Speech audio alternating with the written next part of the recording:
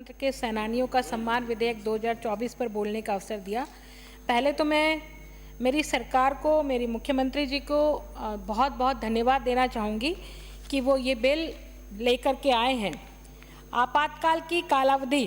25 जून को हम सब काला दिवस के रूप में मनाते हैं।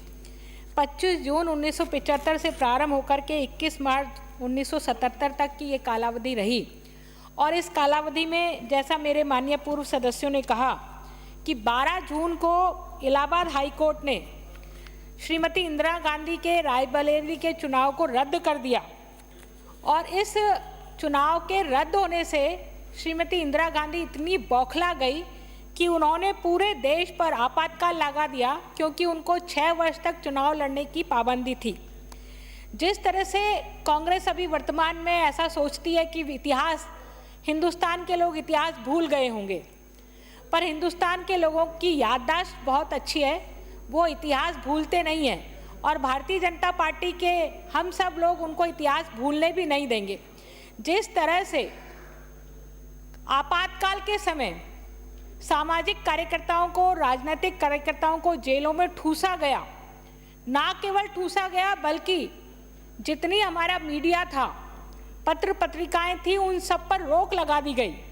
कोई किसी प्रकार का ना तो लेख लिखेगा ना सरकार के खिलाफ बोलेगा।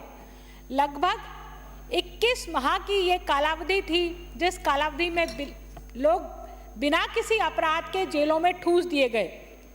जैसा उल्लेख आया कि भैरव सिंह शेखावत जी, गुलाब चंद कटारिया जी, ऐसे बहुत लोग थे जो उस समय जेलों में रहे और बिना किसी अपराध के, निरपराध ही उनको जेलों में ठूसा गया। ये निश्चित रूप से बहुत सोच समझकर आज का दिन जो तय किया गया है 21 मार्च 1977 को मोरारजी देसाई जी ने ये अधिसूचना जारी करके इस आपातकाल को ख़त्म किया था। तो आज का दिन बहुत ही महत्व का दिन है। माननीय लॉ मिनिस्टर साहब यहाँ बैठे हैं, आपने ये बिल लेके आए, बहुत अच्छा काम किया, क्योंकि इसके पहले 2008 में जब भारतीय जनता पार्टी की सरकार थी, वसुंधरा जी मुख्यमंत्री थे, तो उन्होंने ऐसे मीसा, डीआईआर और सीआरपीसी की धाराओं में बंद जो लोग थे उनको पेंशन देने के लिए, उनको सम्मान देने के लिए 2008 में घोषणा की थी उन्होंने नियम बनाने की। लेकिन 2008 के बाद कांग्रेस की सरकार आ गई तो उन्होंने इस पर कोई काम नहीं किया और 8 के बाद में जब 13 में भारतीय जनता पार्टी की सरकार बनी तो उस समय भारतीय जनता पार्टी के शासन के कार्यकाल में पुनः ये लागू की गई, ये नियम लागू किए गए और पेंशन देने का काम प्रारंभ हुआ। पर माननीय सभापति महोदय, बहुत दुर्भाग्यपूर्ण है ये बात कि 2019 में जब पुनः कांग्रेस की सरकार आई तो कांग्रेस की सरकार ने बिना किसी तर्कपूर्ण कारणों के इस पेंशन को, इस सम्मान राशि को बंद कर दिया, क्योंकि उनको मालूम था कि ये वो लोग हैं जिन्होंने इंदिरा गांधी के खिलाफ उस समय की तत्कालीन कांग्रेस के समान इस लोकतंत्र को जिंदा रखने के लिए ना केवल पीड़ाएं सही बल्कि अपने घर बार को छोड़कर के जेलों में रहे। तो मैं एक तो निवेदन करना चाहूंगी सरकार को, माननीय मंत्री महोदय को, कि जिन लोगों को 2013 में ये पेंशन, ये सम्मान मिलना प्रारंभ हुआ था और 13 के बाद में 18 से लेकर के 19 से लेकर के 23 तक जिनको रोकी गई, तो हम ये बिल लेकर के आए हैं। तो मेरा आग्रह है कि उनको एरियर के रूप में जो पिछला 5 साल का पैसा है वो भी दिया जाए, ताकि उन लोगों को लगे कि कांग्रेस सरकार के आगे जाकर के भारतीय जनता पार्टी ने हमारे लिए विचार किया है। 5 साल का वो एरियर यदि उनको मिलेगा तो ये कांग्रेस को और कांग्रेस की सरकार पर बहुत जोरदार वाला थप्पड़ होगा, क्योंकि उनको लगा कि पिछली सरकारें नहीं कर सकती लेकिन सरकार कर सकती है। इसलिए मैं आपसे निवेदन करना चाहूँगी। एक निवेदन और मैं ये करना चाहूँगी, इस बिल की जो धारा 3 है, उस बिल की धारा 3 में लोकतंत्र के सेनानियों के पति या पत्नी निःशुल्क परिवहन सुविधा प्राप्त करने के हकदार नहीं होंगे, ऐसा लिखा है धारा 3 में। तो मेरा आपको सुझाव है, ये निवेदन है,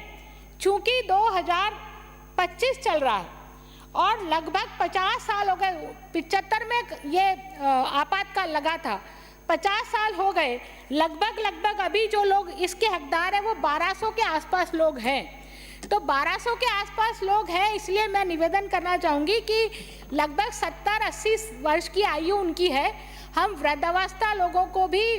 रियायत देते हैं, तो चूंकि हम वृद्धावस्था लोगों को रियायत देते हैं और वॉल्वो बसों में 50% की छूट तो वैसे ही दे रहे हैं, तो मेरा निवेदन है कि आप पति पत्नी को शामिल करिए और पति पत्नी को शामिल करने के साथ साथ इसमें एक सहयोगी को, एक अटेंडेंट भी यदि जोड़ेंगे तो अच्छा रहेगा, क्योंकि वृद्धावस्था में एक अटेंडेंट होना बहुत ज़रूरी होता है। इसके अतिरिक्त जो बार बार सब लोगों ने आग्रह किया, धारा 8 के बिंदु 2 में उल्लेखित किया गया है कि उनके पति की मृत्यु की तारीख से 90 दिवस के भीतर भीतर आवेदन करना होगा। माननीय सभापति महोदय, क्योंकि 2019 में कांग्रेस ने बंद कर दिया था, अब कांग्रेस ने बंद ही कर दिया था, तो बंद करने के बाद तो आवेदन कर नहीं पाए जो कुछ लोग शेष बचे थे, तो आवेदन नहीं कर पाए तो 5 साल की कालावधि निकल गई। तो इसलिए ये एक मानवीय दृष्टिकोण रखते हुए इस पर विचार करना चाहिए, क्योंकि कांग्रेस ने बंद कर दिया था और 90 दिन की कालावधि निकल गई, तो ऐसे जो पत्नियां हैं, ये जो पति हैं जो आश्रित थे, तो उनको भी ये लाभ मिलना चाहिए। तो 90 दिन की अवधि को इसमें से विलोपित करना चाहिए। और इसके अतिरिक्त माननीय सभापति महोदय, निवेदन करना चाहूँगी कि आपने जो सम्मान राशि, धारा 3 है, सम्मान राशि, चिकित्सा सहायता और निःशुल्क परिवहन, इसका उल्लेख किया है। मैं माननीय सभापति महोदय, मैं पुनः उल्लेख करना चाहूँगी कि लगभग 1200 के करीब लोग हैं। तो मेरा निवेदन है कि जिस तरह से हम स्वतंत्रता सेनानियों को बेनिफिट्स देते हैं, यदि ये 1200 लोगों को भी हम स्वतंत्रता सेनानी के रूप में बेनिफिट देंगे तो ठीक रहेगा, क्योंकि जिस तरह से उन स्वतंत्रता सेनानियों ने हिंदुस्तान की आज़ादी के लिए लड़ाई लड़ी, इसी तरह से इन सेनानियों ने लोकतंत्र की रक्षा के लिए लड़ाई लड़ी है। अंग्रेजों ने लोकतंत्र स्थापित नहीं किया था, लेकिन जिस तरह से स्वतंत्रता सेनानियों ने लोकतंत्र स्थापित किया, लेकिन लोकतंत्र स्थापित करने के बाद में कांग्रेस ने इस लोकतंत्र पर ग्रहण लगाया। तो मेरा निवेदन है कि इनको भी स्वतंत्रता सेनानियों के जैसे सम्मान मिलना चाहिए। राजकीय सम्मान के साथ इसमें अंत्येष्टि की क्रिया किया जाना चाहिए, क्योंकि बाकी के राज्यों में, मध्य प्रदेश और छत्तीसगढ़ में, ये स्वतंत्रता सेनानियों को अंत्येष्टि की क्रिया के समय भी सम्मान मिलता है। और इसी तरह से जो राशि आपने निर्धारित की है, क्योंकि मैं ये तो मानती हूँ कि नियम आप बनाएंगे और नियम के तहत ही आप राशि तय करेंगे। मेरा निवेदन है कि इस एक्ट में ही प्रावधान कर देना चाहिए, ताकि बार बार सरकार की और उन ऐसे स्वतंत्रता सेनानियों को ताकना नहीं पड़े उनकी पेंशन, चिकित्सा भत्ते को बढ़ाने के लिए। तो एक्ट में प्रावधान कर दीजिए आपकी 10% हर साल बढ़ेगा, ऑटोमेटिक बढ़ेगा, तो निश्चित रूप से इनको बार बार आपके सामने आने की जरूरत नहीं पड़ेगी। इसी के साथ माननीय सभापति महोदय, निवेदन करना चाहूंगी कि जिस तरह से